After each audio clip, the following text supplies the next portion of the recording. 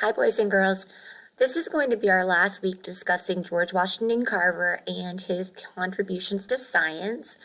We will talk about George Washington Carver and the impacts he made on the economy by thinking about producers and consumers.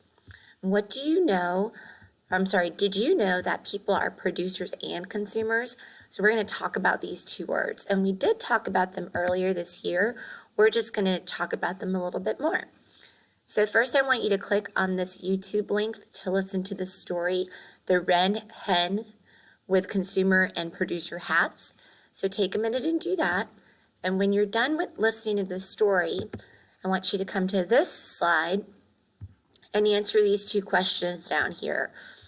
When was the little hen a producer, and what good or service did she provide? On the left side, we have the producer, and on the right side, we have the consumer. So after you're done with the story, answer those questions. Have a great day.